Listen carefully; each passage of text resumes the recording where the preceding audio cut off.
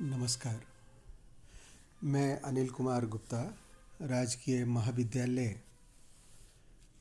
अजमेर के भौतिक विभाग से।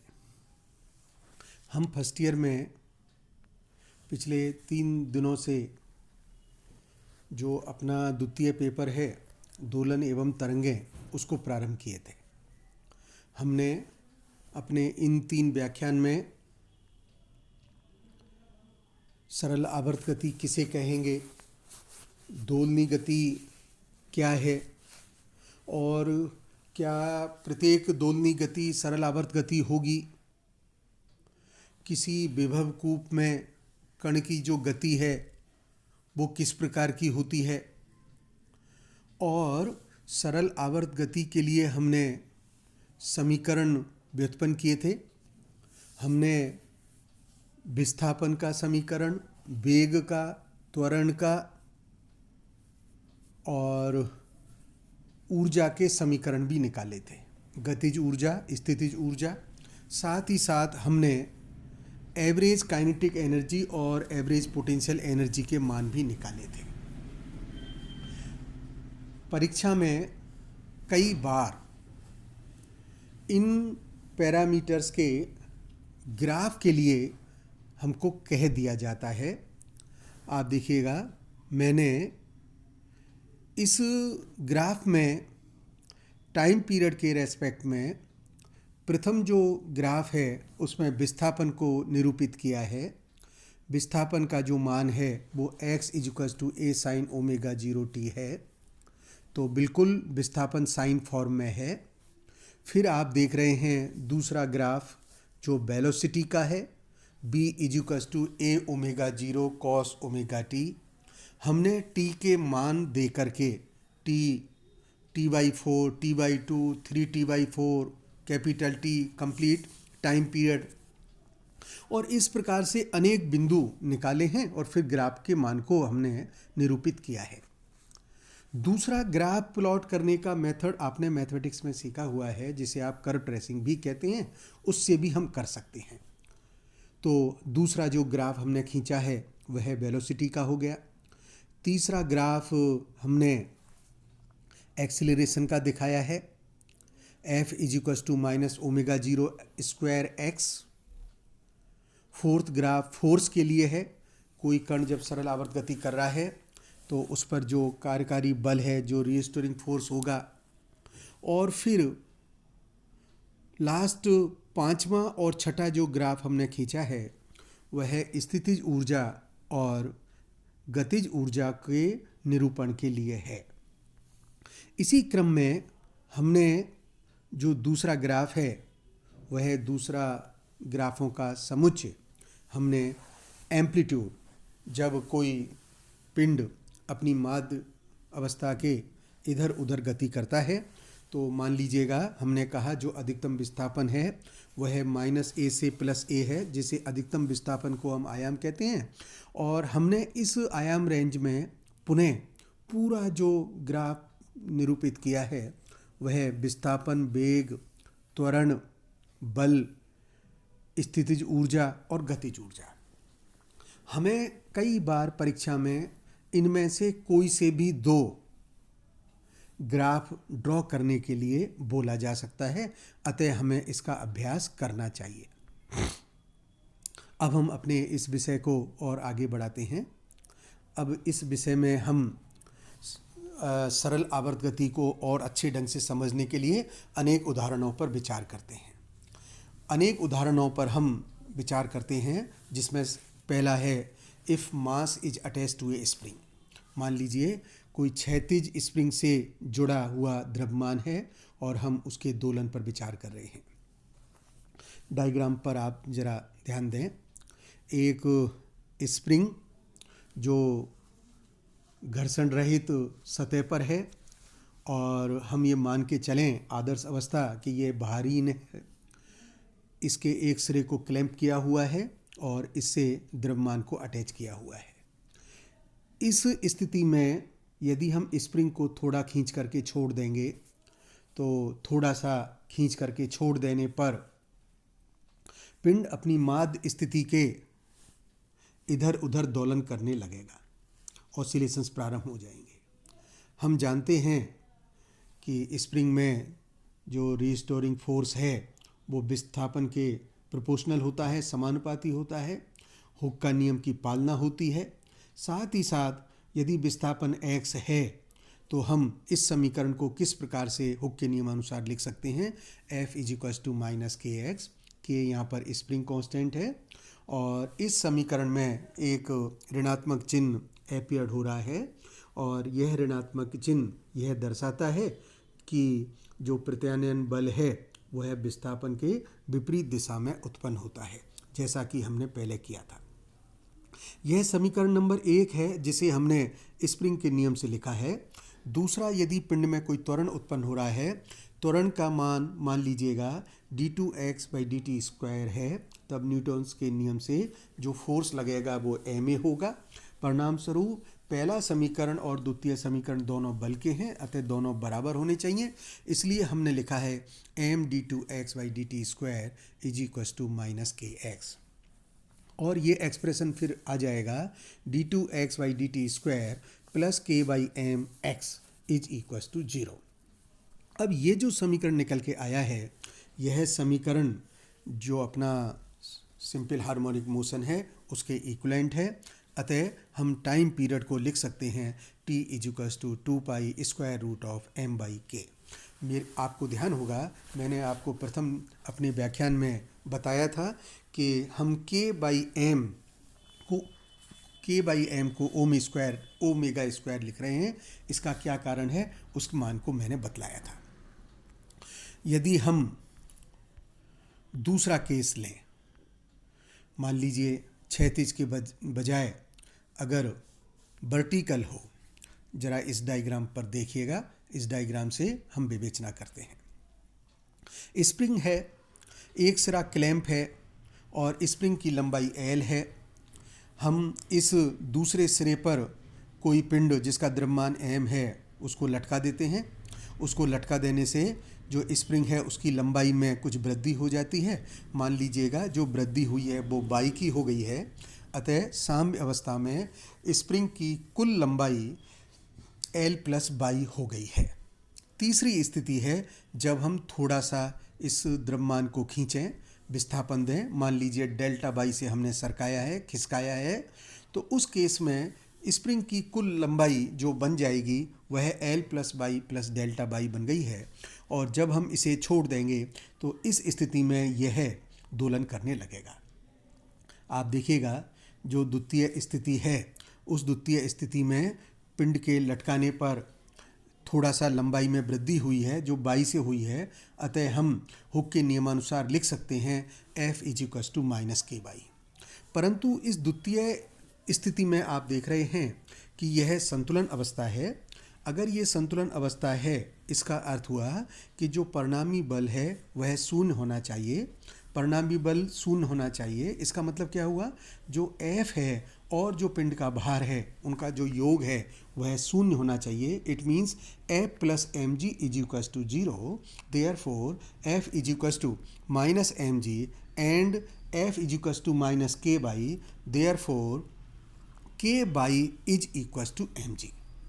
अब हम इस परिस्थिति में तीसरी स्थिति पर आ रहे हैं। जब हमने द्रव्यमान को थोड़ा नीचे खिसकाकर छोड़ दिया है तो यह ऊपर नीचे दोलन करने लगता है। दोलन करते समय द्रव्यमान मान लीजिए डेल्टा बाई दूरी से नीचे है। अतः लंबाई L + बाई से कितनी हो गई है, L + बाई + डेल्टा बाई हो गई है। अतः कुल विस्तार बाई + डेल्टा बाई हो गया है। परिणाम स्वरूप अब हम स्प्रिंग पर जो प्रत्यानयन बल लिखेंगे उसका मान कितना होगा, F = -k/बाई + डेल्टा बाई। हम इसको ओपन कर सकते हैं और यह मान हो जाएगा F = -k/, -k delta by.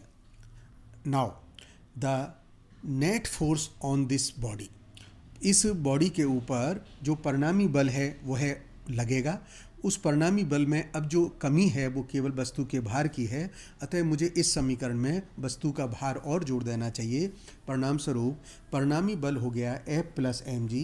Therefore expression हो गई minus k delta y plus m g. हमने पहली समीकरण में जो एक्सप्रेशन निकाला हुआ है वह है k बाई इजुकस टू एम जी। अतः इसका उपयोग करेंगे, तो जब हम इसका उपयोग करेंगे तो परिणामी बल का एक्सप्रेशन हमें मिल गया है minus k delta by. Therefore resultant acceleration, परिणामी जो त्वरण का मान होगा वह मान हो गया माइनस के बाई एम डेल्टा बाई। के बाई एम को हम ओमेगा स्क्वायर लिखेंगे। तो यहाँ पर हम दो चीज़ें खास तौर से ध्यान दें। एक तो बात यह है कि त्वरण विस्थापन के समानुपाती है, त्वरण विस्थापन के समानुपाती है। और दूसरी बात है कि उसमें ऋणात्मक चिन्ह आना चाहिए। ऋणात्मक चिन्ह जो आएगा वह बताता है कि जो दिशा है यह विस्थापन के विपरीत होगी। अगर ये किसी समीकरण में दोनों बातों की पूर्ति हो रही हो, ये दोनों बातें लागू हो रही हो, तो इस बात की गारंटी है, यह बात निश्चित करती है कि उस वस्तु की जो गति होगी वो निश्चित रूप से सिंपल हार्मोनिक मोशन होगा, उसकी जो गति होगी वह सरल आवर्त गति होगी। अब हम कुछ स्प्रिंग से जुड़े हुए द्रव्यमान के और उदाहरणों पर विचार करते हैं। आप इस डायग्राम को देखें। दो स्प्रिंग हैं, दोनों स्प्रिंग के जो बल नियतांक हैं वो K1 और K2 हैं।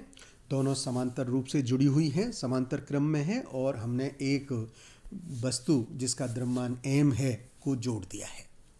जब हम इस पिंड को इसमें जोड़ देते हैं और थोड़ा सा विस्थापित करके रिलीज कर दें तो निश्चित रूप से इसमें सरल आवर्त गति होने लगेगी।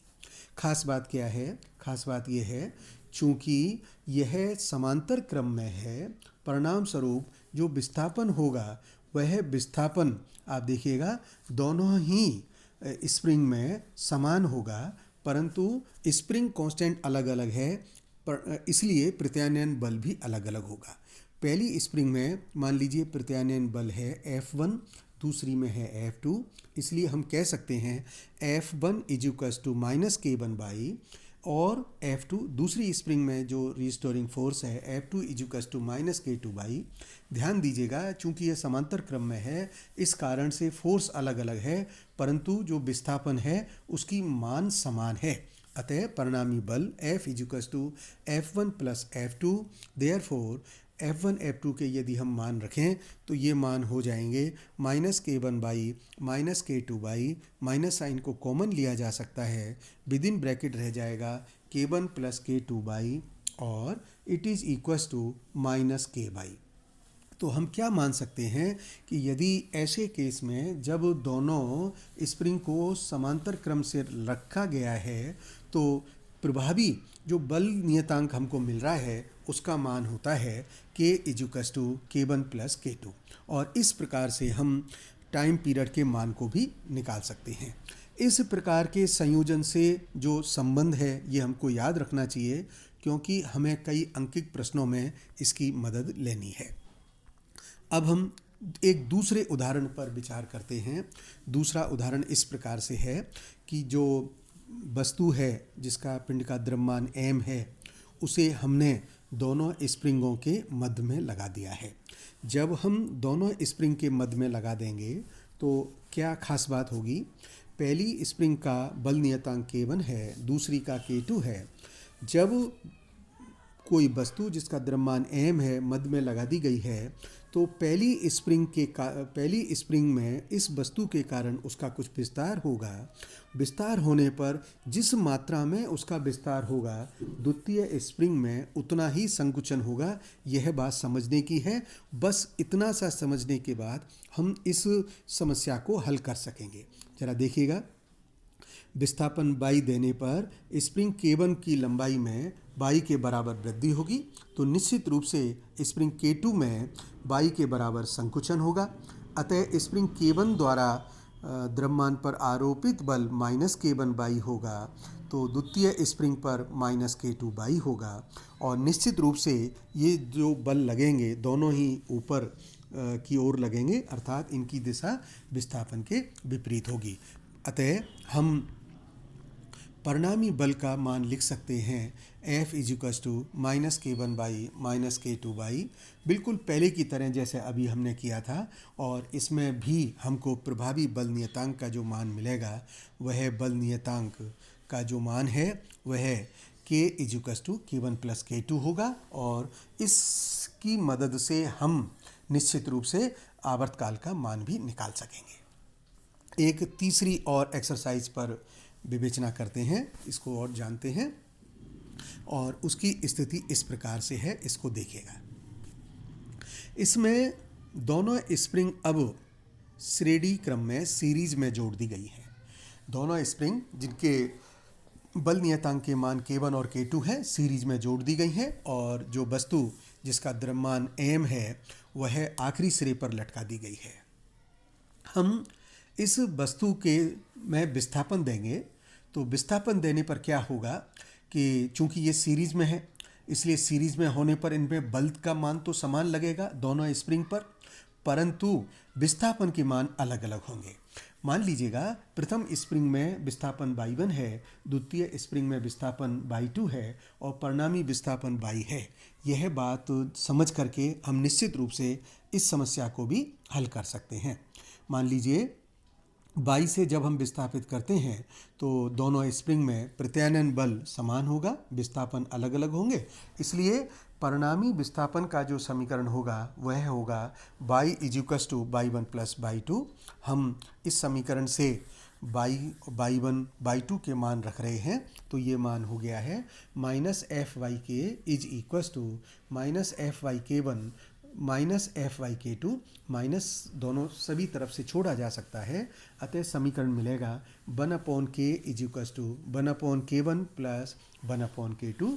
और प्रभावी बल नियतांक का मान इस प्रकार से K = K1 K2 K1 + K2 हो जाएगा। और इस प्रकार से हम सीरीज में जो भी बल नियतांक जुड़े हैं उनके व्युत्क्रमों का योग प्रभावी बल नियतांक के व्युत्क्रम के बराबर होता है। इस प्रकार के गणितीय संबंधों से हम अनेक अंकित प्रश्नों को हल कर सकेंगे। कल हम इस आर्टिकल को पूरा करने के बाद अगले आर्टिकल के रूप में हम सरल लोलक सिंपल पेंडुलम पर विचार करेंगे। धन्यवाद।